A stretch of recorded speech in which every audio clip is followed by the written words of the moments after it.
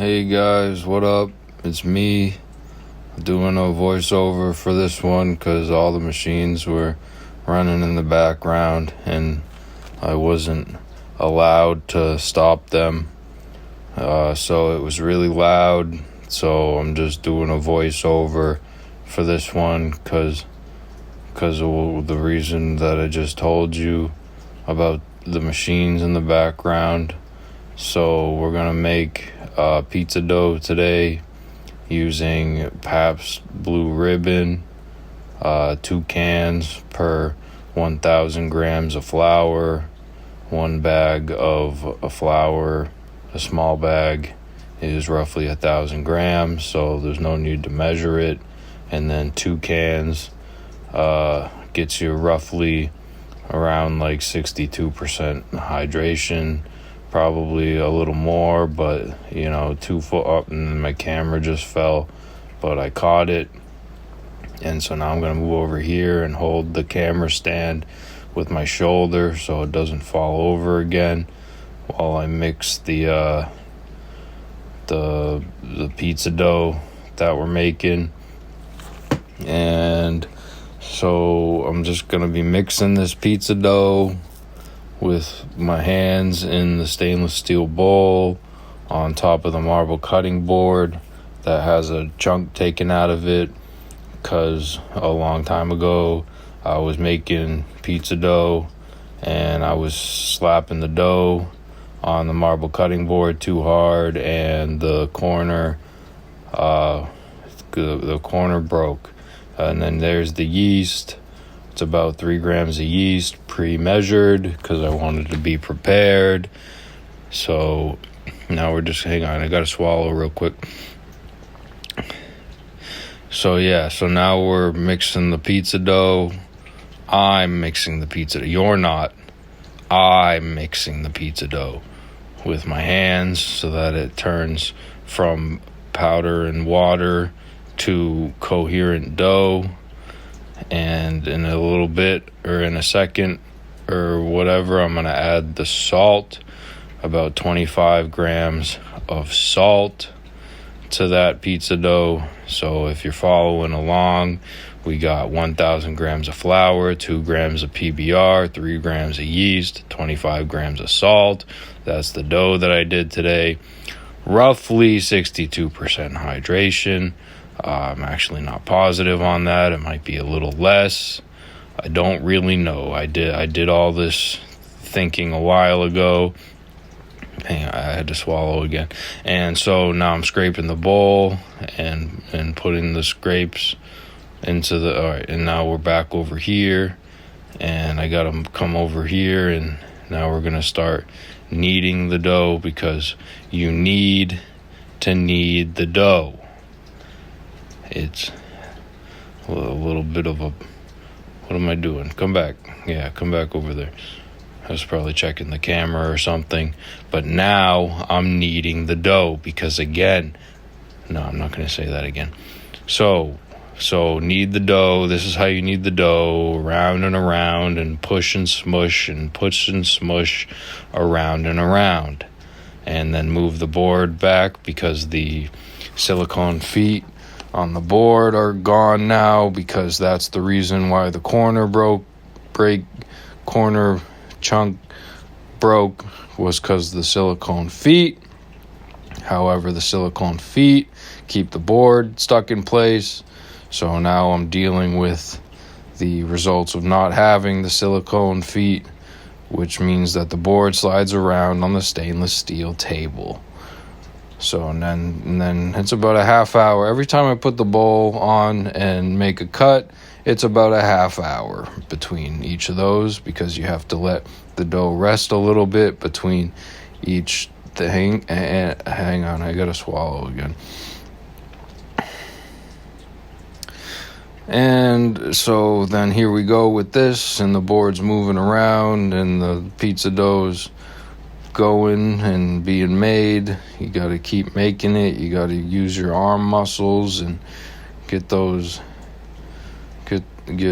pizza dough made. That's what you have to do. And so I'm doing it and I moved over here thinking that I could shift the migration of the marble cutting board back to where it was, but I couldn't do it effectively. So then I moved back to the other side of the table, and now I'm still kneading the dough. Because I wasn't done kneading the dough, I still had to knead it more. So here I am kneading it more and more and more, and I'm still kneading the dough. You gotta knead it until you just get this innate feeling that the kneading is done.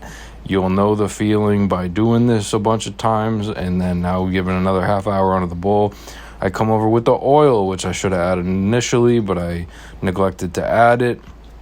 And I'm just going to semolina the top of it, because sometimes I add semolina to it. And my cat is behind the thing that I don't want her behind. I have a lot of things on there that I put there so that she wouldn't go behind there, but sometimes she goes behind there. So I had to get up and get her away from there, because I don't want her behind there, but I'm still recording this audio here. So here I am putting the oil on the pizza dough. It's what I call an arbitrary amount of oil. See, I didn't think I used enough, so I came back for another little drop of oil. And then so this should have been done beforehand. So now we got something else to work with, which is the top of the dough ball is covered in oil. So we have to work the oil into the dough ball, which comes with a little bit of difficulty. However, I believe I manage just fine. So here I am getting the oil incorporated, and you can see how the dough kind of rejects the oil a little bit, because now it doesn't coalesce back into itself as easily. But if you force it in, the dough will eventually listen and comply with your commands. I had to swallow again, but I didn't swallow enough, so hang on. All right, so that's what I'm doing, and I'm pushing the oil into the dough. Also doing some slaps while I do it. I don't know what I just did. I don't know what I'm doing there, but I probably had some oil on the scraper that I wanted to incorporate into the dough. So I think I was incorporating my 32 slaps into the oil coalescence at the same time. A little bit of a hybrid approach that you don't see too often. The 32 slaps are necessary. I'm not sure if I actually did exactly 32 slaps. Sometimes I miscount, but yeah, so you be slapping it. So you fold it over, slap it down, and crunch it over, and munch it over, and whatnot, until you get to 32 slaps. And so then here's the thing, and then the board was moving again, and so here's some more slaps, because I guess we're not done yet. And so we're going, still slapping, still putting the stuff, still getting slapped. I probably should have sped this part up, but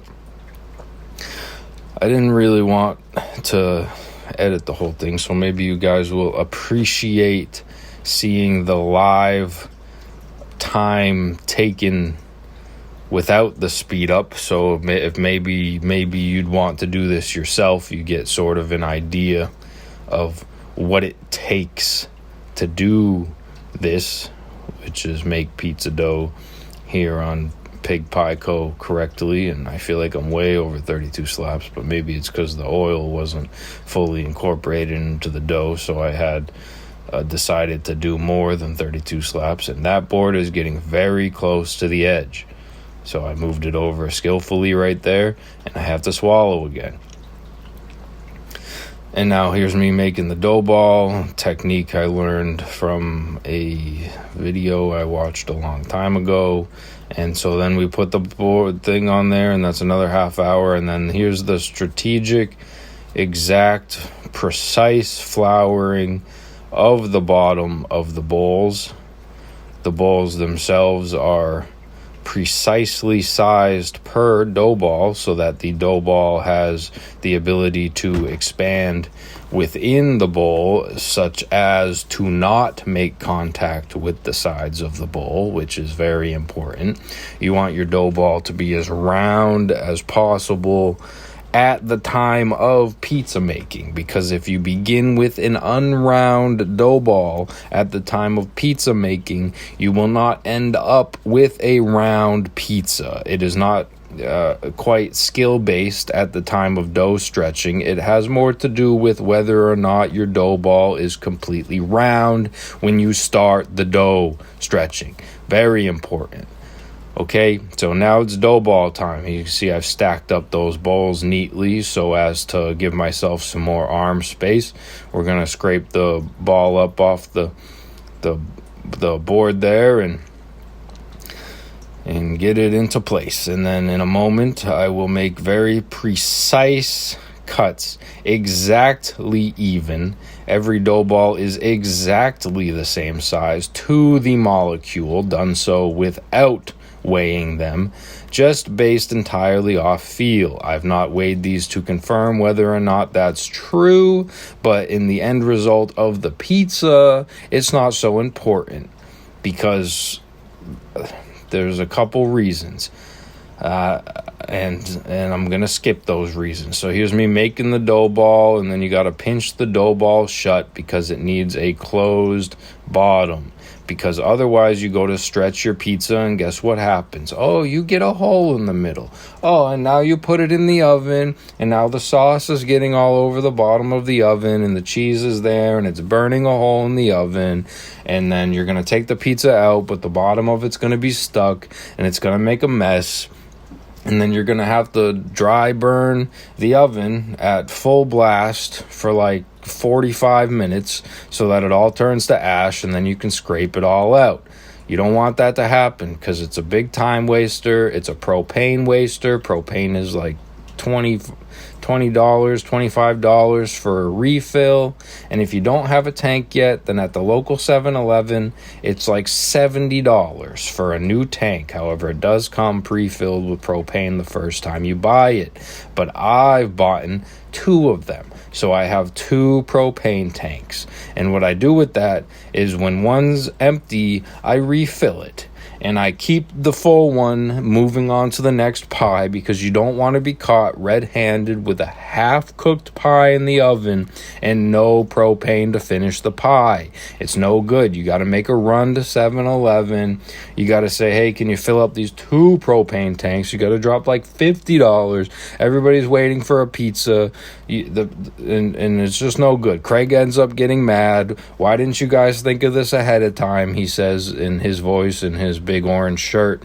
And then we go. So here's the last ball. We're making the last ball. We're getting the ball up onto the thingy, getting it all thingied up, and then putting it into the bowl. 4 dough balls, 4 pizzas. Life's good. So let me just put that there, and then I'm gonna artfully put the Pig Pie Co logo on top, decide it's not good enough, and stack them all up with the Pig Pie Co logo on top. Oh, but you can't see it, so let me re-angle the camera to the end, and that's Pig Pie Co. Goodbye.